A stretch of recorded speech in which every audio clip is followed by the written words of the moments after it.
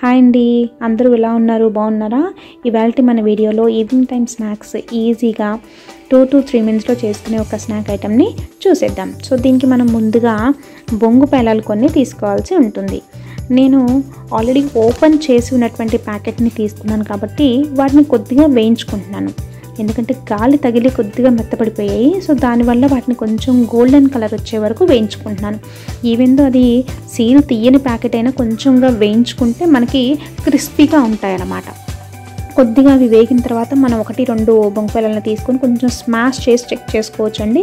So once అవి వేగిన తర్వాత బండిని పక్కన పెట్టేసుకొని ఇప్పుడు ఒక ప్యాన్లో మనం కొద్దిగా పుట్నాల పప్పును తీసుకోవాలి. ఆ పుట్నాల పప్పును కూడా కొద్దిగా గోల్డెన్ కలర్ వచ్చే వరకు కొంచెం వేయించుకోవాల్సి ఉంటుంది. అవి వేగిన తర్వాత వీటిని కూడా ఆ బొంగు పేలల్లోకి యాడ్ చేసి పెట్టేసుకోవాలి.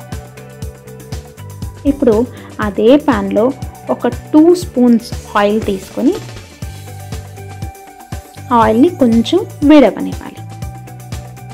ఆయిల్ వేడెక్కిన తర్వాత ఒక ఎండుమిర్చిని యాడ్ చేసుకోవాలి. ఆ ఎండుమిర్చి కొంచెం వేగనిచ్చిన తర్వాత కొద్దిగా పల్లీల్ని కూడా వేసి వాటిని కూడా వేగనివ్వాలి.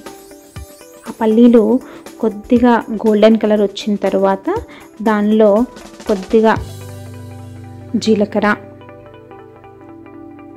అలాగే కొద్దిగా కరివేపాకు ఇవి రెండు యాడ్ చేసుకొని కొద్దిగా వేగనివ్వాల్సి ఉంటుంది. ఇవి కొంచెం వేగిన తర్వాత మన టేస్ట్కి తగ్గట్టుగా దీనిలో ఒక 1/2 స్పూన్ సాల్ట్, ఒక 1/2 స్పూన్ కారం అలాగే ఒక చిటికెడు పసుపు వేసి కొద్దిగా వేగనిచ్చేయాలి. ఎక్కువసేపు కాదండి. ఇవి వేసిన తర్వాత వెంటనే వేగిన తర్వాత కొంచెం కలిపేసుకొని వెంటనే వేగగానే స్టవ్ ఆఫ్ చేసుకొని ఈ పోపుని మన బొంగు పేలాల్లోకి యాడ్ చేసేసుకోవాలి. అంతే.